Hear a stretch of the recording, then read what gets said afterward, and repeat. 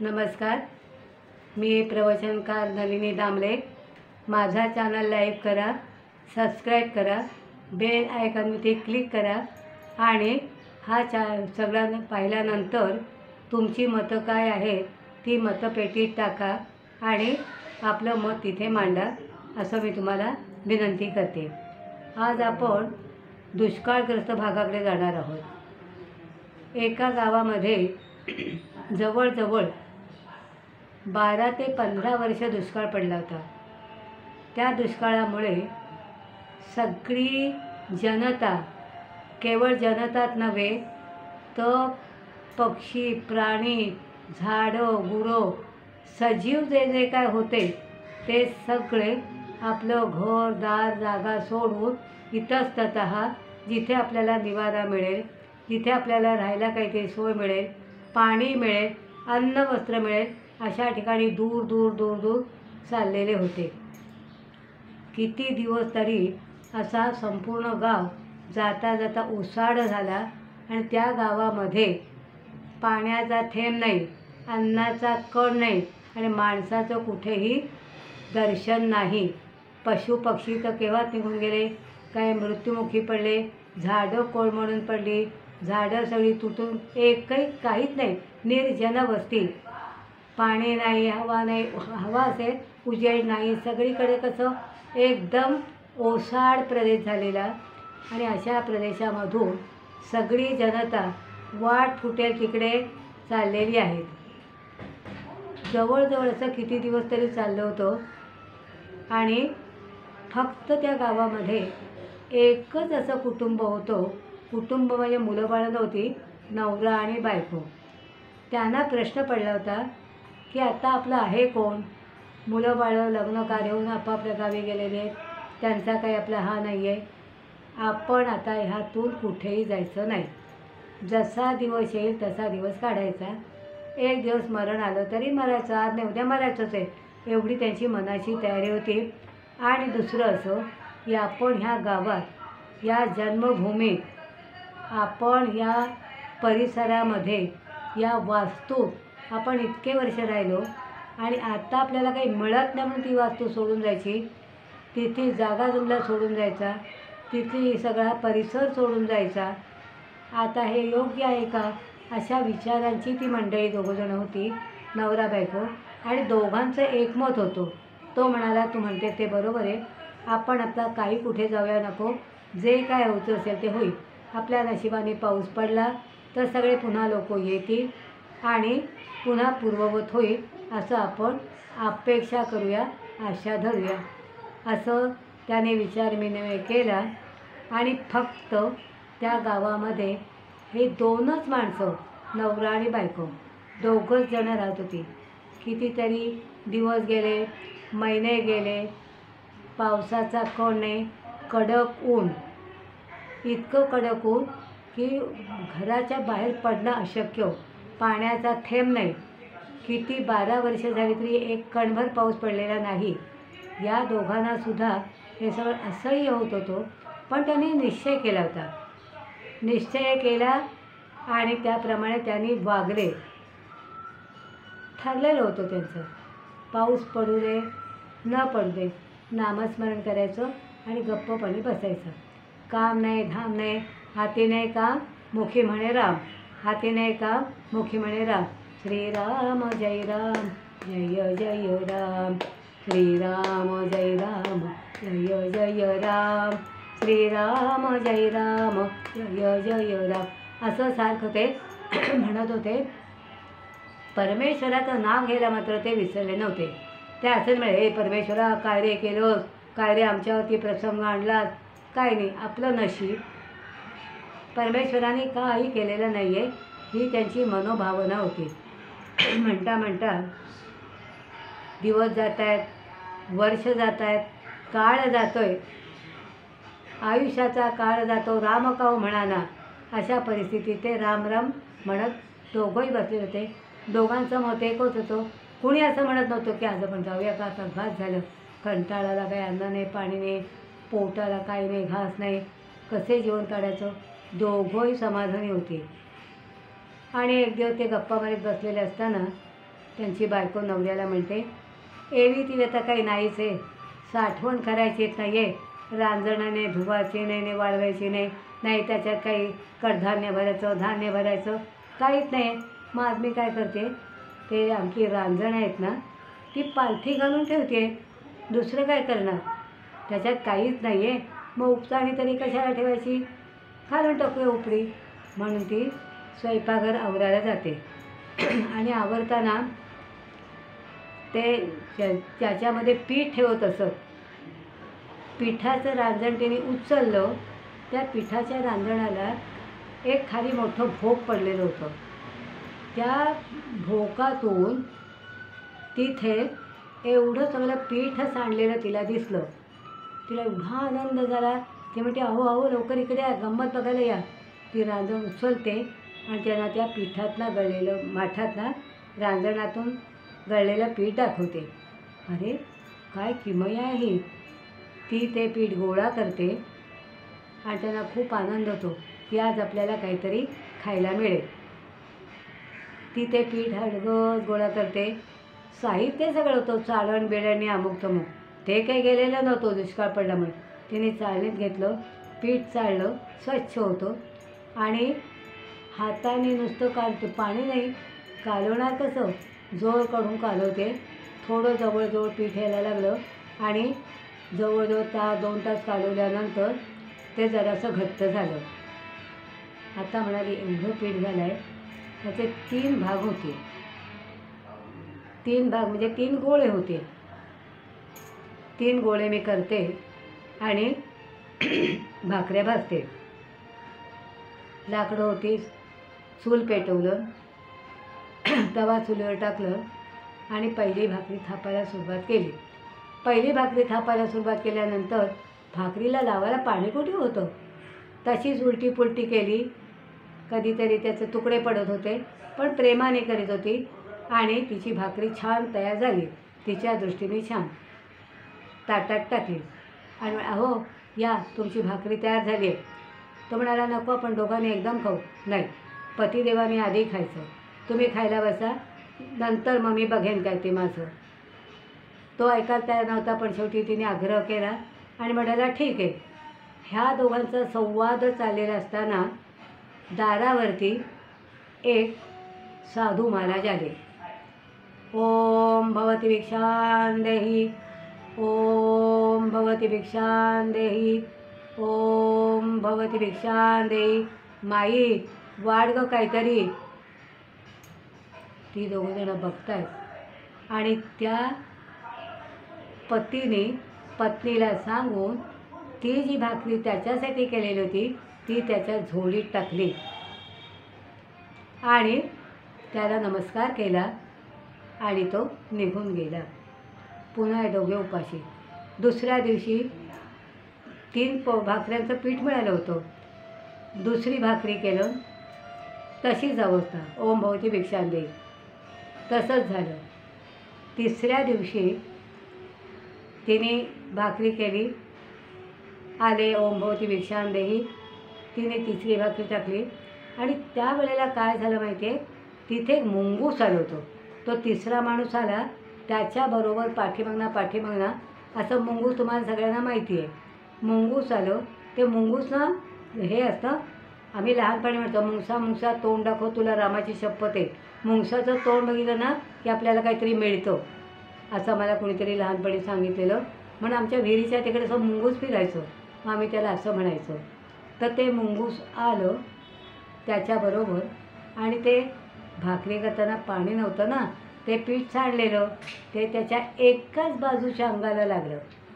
मोठं चांगलं मुंगूस होतं. लोळलं म्हणजे एका बाजूने लोळलो, एका बाजूने काहीच नाही झालं आणि लोळलं ते पिठामध्ये. त्याला पण जरा गारगार वाटत होतो, लोळत होतो आणि लोळता नंतर तो निघून गेला. निघून गेल्यानंतर काय झालं असेल, त्याच्या ज्या अंगाच्या बाजूला पीठ लागलेलं होतं ते अंग त्याचं सोन्याचं झालं. काय त्या दोघा नवरा बायकोनं आश्चर्य वाटतंय, अरे याच्या मला पीठ लावलं आणि सोन्याचं कसं झालं आहे मुंगूस, आणि एकाच बाजूने, कारण एकाच बाजूला पीठ लागलं होतं. आणि मग तिसरा जो भिक्षेकरी आलेला होता तो कोणी नसून प्रत्यक्ष भगवान विष्णू होते, श्रीकृष्ण. त्याने त्या मुंगसाला सांगितलं, माझ्याबरोबर चल, हस्तिनापुरामध्ये चल. हस्तिनापुरामध्ये धर्मराजाने युधिष्ठिराने अन्नदान सुरू केलेले, अन्नदान छत्र उघडलेलं आहे, तिकडे तू चल म्हणजे तुला अन्न भरपूर खायला मिळेल. ते मुंगूस त्यांच्याबरोबर निघालेले, चाललंय. आता तू काय करायचं, तुझं अर्ध अंग पिवळं झालेलं आहे. अर्ध अंग पिवळं झाल्यानंतर तू पूर्ण सोन्याचा होशील. आता सांडलेलं अन्न तुझ्या अर्ध्या अंगाला लागलं, त्यावेळी तिकडे गेल्यानंतर तुझं अर्ध अंग त्या ताटाच्या तिकडे शीतं सांडलेली असतील ना, त्याच्यावरती तू लोळ म्हणजे तुझं अर्ध अंग पिवळं होईल, म्हणजे पूर्ण अंग तुझं पिवळं होईल असं मला वाटतं. त्याला सांगतोय तो. मुंगूस म्हणाला, मुंगूसाने अशी मान आली होती, त्याला कुठे बोलता येत आहे. पण ते मुंगूस नव्हतं, ते त्याची किमया होती श्रीकृष्णाची. त्याला पुढे काय करायचं होतं ते आपण बघूया. मान डोलवली त्याने आणि त्यांच्यावरच आलं आहे. पंक्ती उठत आहेत, जेवताना अन्न खाली सांगतच ना, त्याच्यावरती तो लोळतोय, जिथे अन्न लागलेलं तिथे लोळतोय. 3-4 पंक्ती उठल्या, त्याच्या ज्या बाजूला पीठ लागलेलं होतं त्याच्या विरुद्ध बाजूला तो सगळीकडनं फिरतोय. अन्न त्याच्या त्या भागाला लागतंय, पण सोनं होतच नव्हतं. श्रीकृष्ण तिकडे लांब कोपऱ्यात उभा होता, पंक्तीवाले एकदम दूर, आणि युधिष्ठिराकडे बसून हसतोय. कारण काय,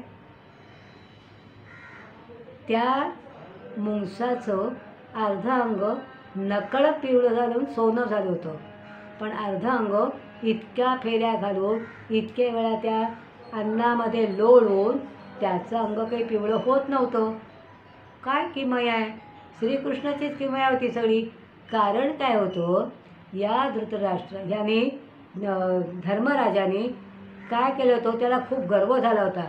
मी अन्नदान करतो, मी पंक्ती उठवतोय, मी सगळ्यांना अन्न देतोय, असा थोडासा गर्व झाला होता. आणि त्या गर्वातून त्याने अन्नछत्र उघडलेलं होतं. गर्व झाल्यामुळे त्याच्या या अन्नदानाचा उपयोग होत नव्हता. त्यामुळे त्या मुंगसाचं अंग अर्ध पिवळं झालं नाही. हे त्या लक्षात आलं धर्मराजाचं. आणि धर्मराजाच्या लक्षात आल्यानंतर श्रीकृष्णाच्या जाऊन पाया पडला तो. धन्य आहे तुझी, चुकलो मी. आणि ते मुंगूस निघून गेलं. हा फक्त त्याला धडा शिकवायचा होता की कोणत्याही गोष्ट करीत असताना मी केलं, मी दिलं, हे माझं आहे, मी तुला देणार आहे, तुला मी मोठा केलं, असं कोणीही गर्व करू नये. गर्वाचं घर खालीच असतं, गर्वाचं घर रिकामं असतं. मग हे श्रीकृष्णाने त्याला दाखवून दिलं, त्याला दाखवून द्यायचं होतं. पण ती 2 म्हातारी सगळं अन्नदान केलं आणि त्याचं अर्ध अंग पिवळं सोन्याचं झालं. नुसतं हाडं नव्हती लागली, तर सोन्याचं झालं. कारण त्याच्यात गर्व नव्हता, त्याग होता, त्यागाची भूमिका होती. आणि म्हणून श्रीकृष्णाने त्या धर्मराजाला फक्त सूचना दिली की गर्व नको, गर्वाचं घर खालीच असतं. म्हणून कधी माणसाने मी केलं, मी दिलं, मी त्याला मोठं केलं, तू काही केलेलं नाही. मोठं केलं आहे परमेश्वराने, मोठं केलं आहे कोणीतरी, तू फक्त निमित्त मात्र आहेस. हे लक्षात घेऊन आपण कधीही कोणाचं काही केलं, कोणाला काही दिलं तरी कधी असा गर्व करायचा नाही. हे श्रीकृष्णाने या गोष्टीतून धर्मराजाला शिकवलं. एक साध्या गरीब जोडप्याकडून. कल्पना करा की किती महत्त्वाच्या गोष्टी आपल्याला आपल्या याच्यामध्ये गोष्टी सांगितलेल्या आहेत. रामायणात, महाभारतात कितीतरी गोष्टी अशा आहेत की त्याच्यातून आपल्याला पुष्कळ काहीतरी घेण्यासारखं आहे. आता अशीच एक पुढची गोष्ट. आश्रमामध्ये सगळ्या मुलांना आश्रमात गुरुजी कामं शेती करायला, पाणी अडवून ठेवायला, झाडं लावायला, सगळ्या प्रकारची कामं मुलांना करायला लागायची. आणि मग शिक्षण. आयुर्वेदाचार्य, काय ज्ञान असतील, दासबोध वाचायचं असेल, काय सगळं म्हणजे ज्ञानेश्वरी अमुक ग्रंथ तयार करायचे असतील, निरनिराळ्या प्रकारच्या मुलांना ही कामं दिलेली असत. आणि हे करीत असताना त्यांनी ही कामं करायची. एक दिवस त्यांना यज्ञ मोठा करायचा होता. सगळ्या राजे लोकांना बोलवून त्या आश्रमामध्ये मोठ्या प्रमाणात काय करायचा होता, यज्ञ. मग त्याच्यासाठी समिधा वगैरे सगळं पाहिजे ना, जंगलातली वनस्पती, काय झाडं झुडं, पानं बिनं सगळं पाहिजे. म्हणून गुरुजींनी म्हणजे ह्याने बोलावलं सगळ्या मुलांना की असंच आहे, तर तुम्ही वाटून घ्या आणि आपापल्या कामाला सुरुवात करा आणि सगळ्यांनी समिधा भरपूर गोळा करून आणा. आज सकाळी जा ते संध्याकाळपर्यंत या आणि सगळ्या समिधा घेऊन या. सगळी मुलं समिधा आणायला निघाली. कोणी या दिशेने जात आहे, कोणी त्या दिशेने जात आहे, कोणी तिकडनं जितक्या मिळतील जितक्या समिधा म्हणजे झाडाच्या समिधा गोळा करायला सुरुवात केली.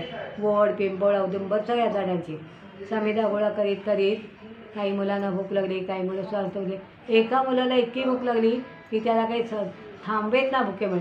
तो चालला आणि समोर त्याला एक असं काहीतरी घरासारखं छानसं दिसलं.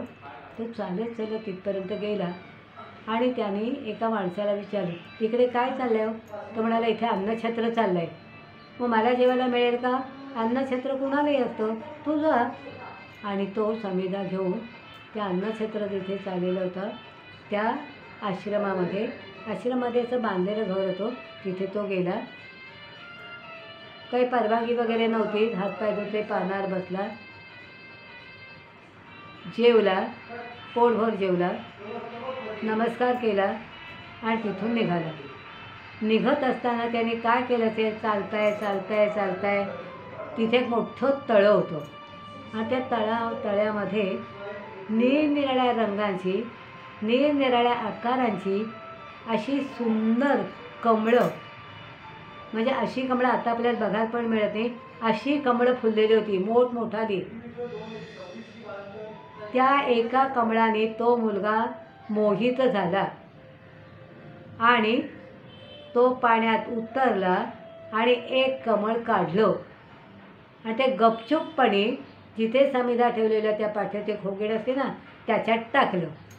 हे सगळे तिथले जे इथे आत्ता आपण म्हणतो वॉचमन पण निरीक्षक होते, त्याने ते पाहिलं. तो चाललाय खूप लांबपर्यंत, कवाडी होती, कवाडीपर्यंत पोचला. राजाचं लक्ष होतं. राजा म्हणाला, तर कमळ कुठे गेलं? तर म्हणे, आत्ता जेवून तो मुलगा गेला ना, त्याने ते कमळ नेलं आहे, बोलवा त्याला. तो पळत पळत पुढे गेला, त्याला मारलं, तो पुढे गेला. आता गंमत अशी झाली की तो पुढे गेल्यानंतर आश्रमात पोचला, पण त्याने खूप मार खाल्लेला होता, त्यामुळे तो दमला. गुरुजी विचारत आहेत, म्हणजे गुरु त्यांचे विचारत आहेत, काय रे तू एवढा कुठे होतास एकटाच, कुठे भटकत होतास? समिधा आणि हे काय समिधामध्ये फूल कसलं आलं आहे, कुठून मिळालं तुला फूल? त्यामुळे मला भूक लागली होती म्हणून मी तिथे जेवायला गेलो. तिथे मोठं तळं होतं, त्याच्यात एक कमळ होतं, तिथलं मी कमळ काढलं. कुणाला विचारून कमळ काढलं? कुणाला नाही. म्हणजे तू चोरी केलीस, बाहेर उभा राहा. तेवढ्यात त्याच्या लक्षात आलं की मी चोरी केली आणि ही चोरी केलेली त्याला मार खायला का लागला, तर त्याने जे अन्न खाल्लेलं होतं, तिथे जो अन्नदान करीत होता तो काय करायचा, लोकांकडून चोरून मारून अन्न भाज्या सगळं आणायचा आणि मी दान केलं, मी सगळ्यांना अन्न खायला घालतो असं लोकांना सांगायचा. पण ते स्वतःच्या मालकीचं स्वबळावरती नव्हतं. लोकांचं चोरून, लोकांना फसवून, पैसे न देताना त्याने ते अन्नछत्र उघडलेलं होतं. त्याने ह्यातलं अन्न खाल्लं म्हणून त्यांनी चोरी केली आणि त्याला मार बसला.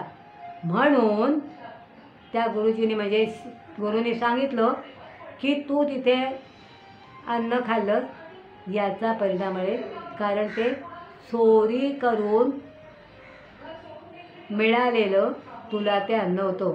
यापुढे त्याला शिक्षा केली त्यांनी, यापुढे कधीही कुणाच्याही घरी गेलं तरी असं अन्न खायचं नाही.